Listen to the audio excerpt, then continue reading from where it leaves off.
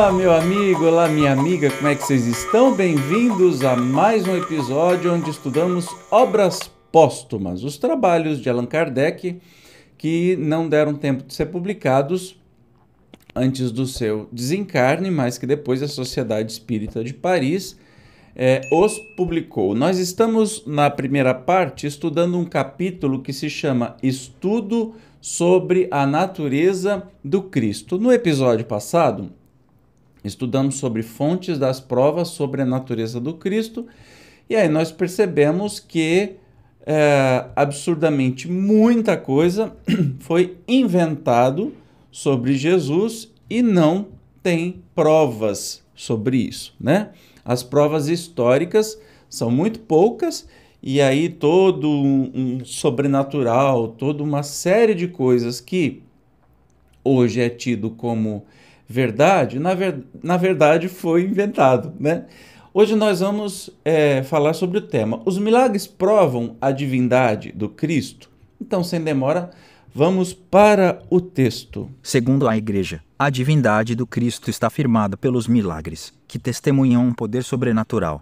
Esta consideração pode ter tido certo peso numa época em que o maravilhoso era aceito sem exame. Hoje, porém, que a ciência levou suas investigações até as leis da natureza, há mais incrédulos do que crentes nos milagres, para cujo descrédito não contribuíram pouco o abuso das imitações fraudulentas e a exploração que dessas imitações se é feito. A fé nos milagres foi destruída pelo próprio uso que deles fizeram, donde resultou que muitas pessoas consideram águas do Evangelho como puramente lendários. A própria Igreja, aliás, tira aos milagres todo um alcance como prova da divindade do Cristo, declarando que o demônio os pode operar tão prodigiosos quanto aqueles outros. Se tal poder tem o demônio, evidente se torna que os fatos desse gênero carecem em absoluto de caráter exclusivamente divino. Se ele pode fazer coisas espantosas, capazes até de iludir os eleitos, como poderão simples mortais distinguir os bons milagres dos maus? Não será de temer que, observando fatos similares, confundam Deus e Satanás. Perceba a grande confusão que existe, né, sobre as questões de por que Jesus é Deus, para começo de conversa, que isso foi determinado num concílio. Um concílio é uma reunião dos grandes, do Papa, que geralmente era o imperador romano, e dos grandes que um belo dia decidiram que Jesus é Deus, pronto, e acabou, né? E aí, hoje as pessoas têm isso como verdade absoluta, não estudam história, não sabem o que tem por trás de tudo isso. Você atribui a divindade de Jesus somente a milagre, que a gente já desconstruiu aqui no canal, em muitos estudos, que milagres não existem, né? É reduzir Jesus a um quase mágico. E aí pior, porque esses mesmos que atribuem a divindade de Jesus aos milagres também dizem que o demônio, o diabo, se a gente existisse, se a gente acreditasse que existisse, o Espiritismo, pela lógica, nos traz aí categoricamente que demônio, diabo, essas coisas não existem. Existe espírito inferior, espírito infeliz, mas somos nós mesmos, né? Que teimamos em não exercitar o amor, a gente vira uns capeta, uns diabinho.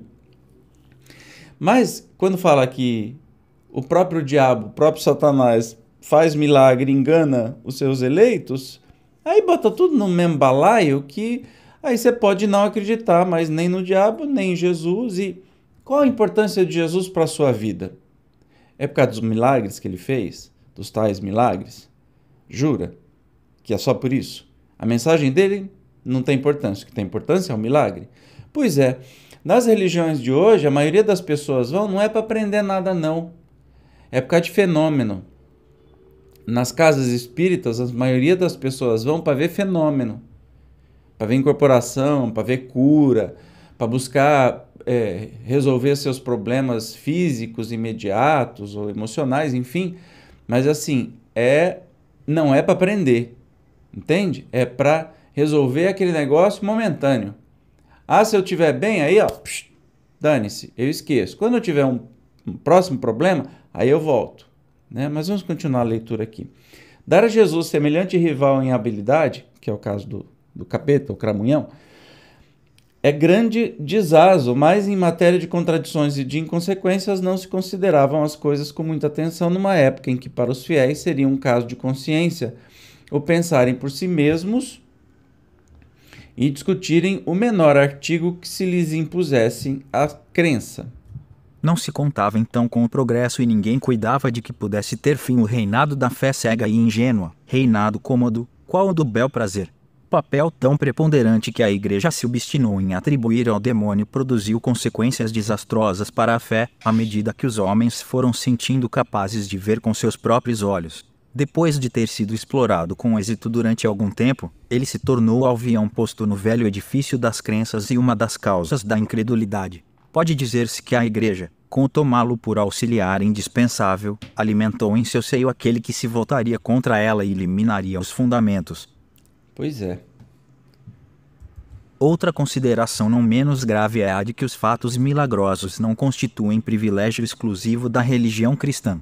Não há, com efeito, religião alguma, idólatra ou pagã, que não tenha seus milagres tão maravilhosos e tão autênticos para os respectivos adeptos, quanto os do cristianismo.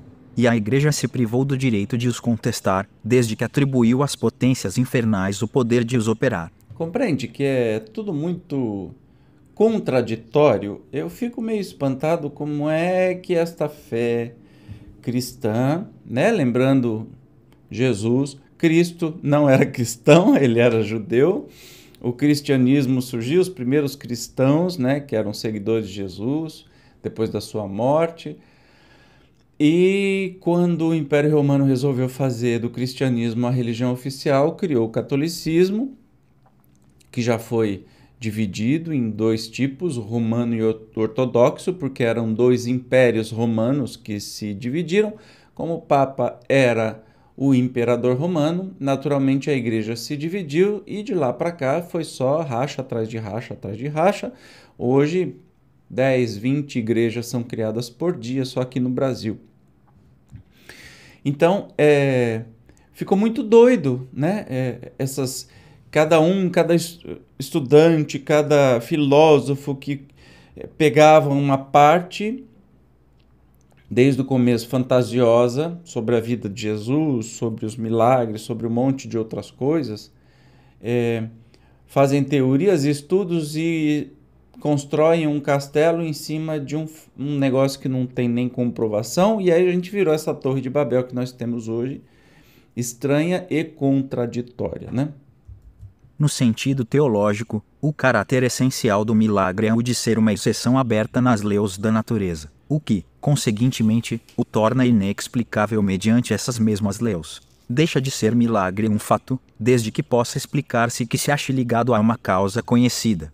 Desse modo foi que as descobertas da ciência colocaram no domínio do natural muitos efeitos que eram qualificados de prodígios, enquanto se lhes desconheciam as causas. Mais tarde, o conhecimento do princípio espiritual, da ação dos fluidos sobre a economia geral, do mundo invisível dentro do qual vivemos, das faculdades da alma, da existência e das propriedades do perispírito, facultou a explicação dos fenômenos de ordem psíquica, provando que esses fenômenos não constituem, mais do que os outros, derrogações das leis da natureza, que, ao contrário, decorrem quase sempre de aplicações destas leis.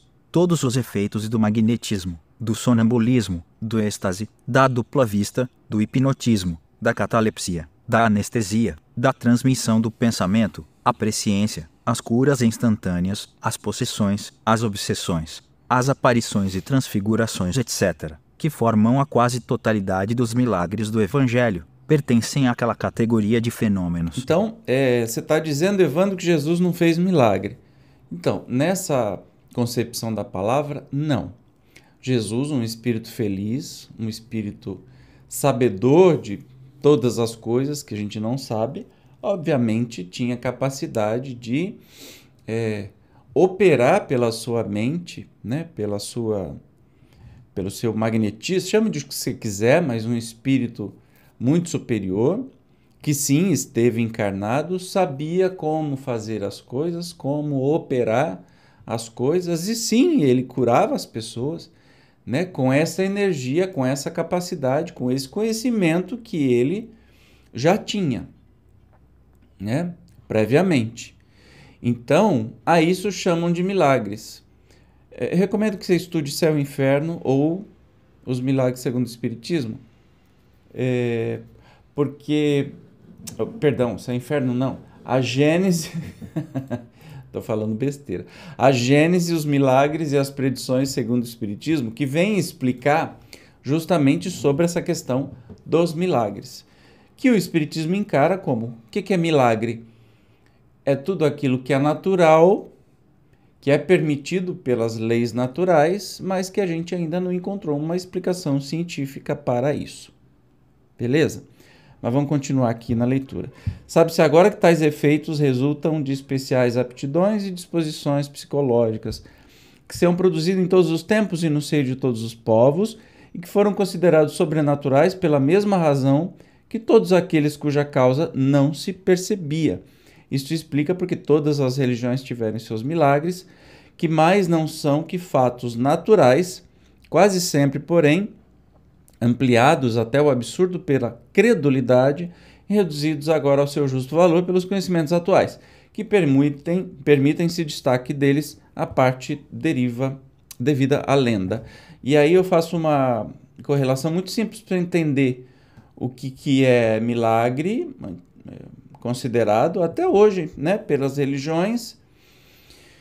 Se há 50 anos atrás, não vamos nem longe, 50 anos atrás, década de 70, eu aparecesse com este equipamento fininho, celular, tá?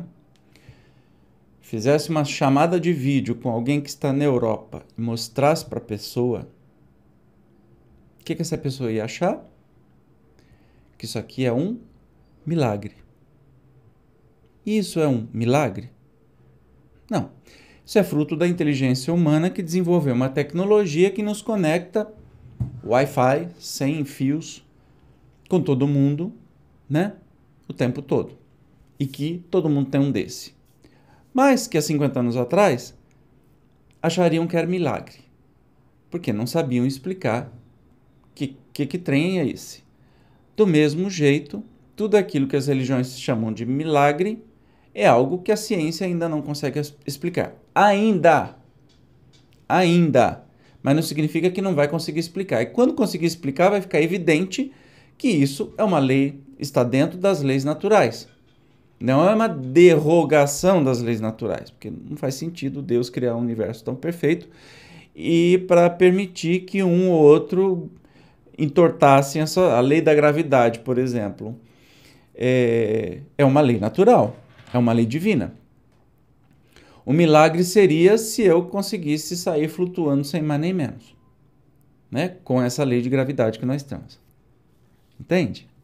Então, assim, não precisa. Eu posso ter depois algum instrumento, alguma maneira de flutuar, mas não vai ser milagre, vai ser algo referente, como hoje nós temos os drones que flutuam, os aviões, etc. Mas os drones, mas porque tem uma hélice que faz com que a pressão do ar seja menor embaixo e faz com que ele flutue, como funciona nas hélices, como funciona em avião, etc. e tal. Tudo explicado pela ciência, nada de milagre, tá? Eu estou fazendo essas referências que eu acho que fica mais fácil da gente entender as coisas. Continuando.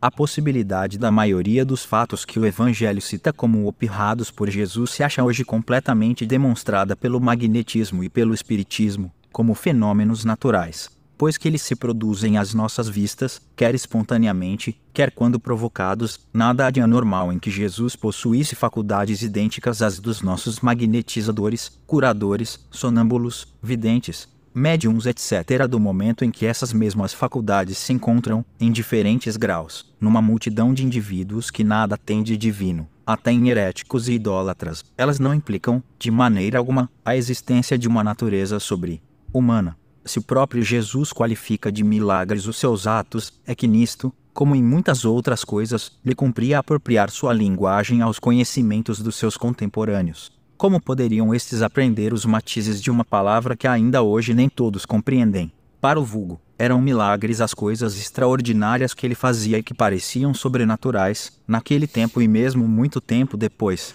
Ele não podia dar-lhes outro nome. Fato digno de nota é que se serviu dessa denominação para atestar a missão que recebera de Deus, segundo suas próprias expressões, porém nunca se prevaleceu dos milagres para se apresentar como possuidor do poder divino. 10. Importa, pois, se risquem os milagres do rol das provas sobre que se pretende fundar a divindade da pessoa do Cristo. Vejamos agora se as encontramos em suas palavras. Então, isso vai ser no próximo estudo, porque chegamos à conclusão que, não, Jesus não é divino por causa dos seus milagres, mesmo que ele tenha falado essa palavra, mas ele dizia assim, se você tiver fé e dizer para essa montanha, saia daqui e vá para lá, vai acontecer. Então ele não se colocava como Deus. Ele dizia muito pelo contrário, se você tiver fé, você vai conseguir fazer as mesmas coisas que eu faço e muito mais. Ele falou isso muitas vezes. Só usou a palavra milagres porque não tinha jeito de usar outra coisa. Na época as pessoas não iam entender, mas que hoje, por exemplo, né, na época de Kardec, já se conseguia fazer todas essas coisas. Então você está dizendo que Jesus não fazia nada demais? Não, eu não estou dizendo isso. Eu estou dizendo que ele usava estes atos, né, que são explicados pelo Espiritismo e que são repetidos por pessoas que não chegam nem aos pés da autoridade moral que Jesus tem, provando que isso são fatos que qualquer um de nós pode fazer. O segredo é como é que a gente consegue fazer. Mas beleza, tirando isso, não está tirando a autoridade de Jesus em nada. Jesus era Jesus por causa dos milagres? Jura? É só por isso? Ou será que a sua divindade vem por causa das suas palavras, né? Pelo que se ensinou, o que ele veio nos alertar? A gente vai descobrir isso no próximo encontro. Mas sempre lembrando que estes textos vêm nos dar um chacoalhão, vem para desconstruir muita coisa que a gente nasce e é criado para acreditar exatamente daquele jeito e sem questionar, que é sempre o argumento das religiões, não questione nunca, isso é mistério de Deus, isso não pode ser questionado. Ora, quem inventou aquele ditado horroroso, 3 coisas não se discutem, religião, política e futebol, é um baita de um sacana, né? Um espertinho, porque, política é o ato da discussão. Como é que não se discute política? Política é o ato de conversar e conseguir construir coisas. Não se discute política? Oi? Como assim? Se torce para política? Não, não se torce. O que a gente vê hoje no Brasil é uma torcida para política e não discussão. Porque a torcida você venera, você cria ídolos e a discussão não, né? Você discute ideias. A política é o ato de discutir ideias. 2. Futebol não se discute. Bom, eu não gosto de futebol, não vou discutir, mas assim, quer dizer que o que cada time faz, você não pode discutir, você não pode questionar, você como torcedor, que talvez vá lá, paga ingresso e sustenta esse time, você não pode questionar? Oi? Como assim? E a pior de todas, religião não se discute. Como não, meu amigo, minha amiga? Como é que se discute sim, se questiona sim? Porque as religiões foram feitas por pessoas para terem poder, né? Para terem poder e botar esse negócio, só não pode ser questionado. Então, quando disseram que Jesus é Deus, isso foi numa reunião do Clube do Bolinha, dos imperadores romanos, dos grandões lá, e disseram assim, a partir de hoje, Jesus é Deus, ponto. E quem falar o contrário é herege, ou vai ser condenado, a gente mata. Bem Deus isso, né? Bem amor de Deus isso. E isso não pode ser discutido. Entende que criaram, e até hoje, todos esses absurdos se perpetuam, porque todo mundo que está no poder e no controle das religiões querem que assim continue. Para eles continuarem no poder e fazendo o quê? Principalmente, especialmente, tirando o dinheiro dos seus fiéis. É só essa função, né? Tirando o dinheiro dos seus fiéis. E aí conservam um status quo de poder, assim como na política. No política não se discute, quem está lá não quer que ninguém entre, quem está lá Quem é muito rico não quer que nenhum pobre consiga ser mais rico, e assim vai a história bem longe, né? Beleza, me alonguei, mas no próximo encontro vamos falar sobre se as palavras de Jesus provam a sua divindade. Será que provam?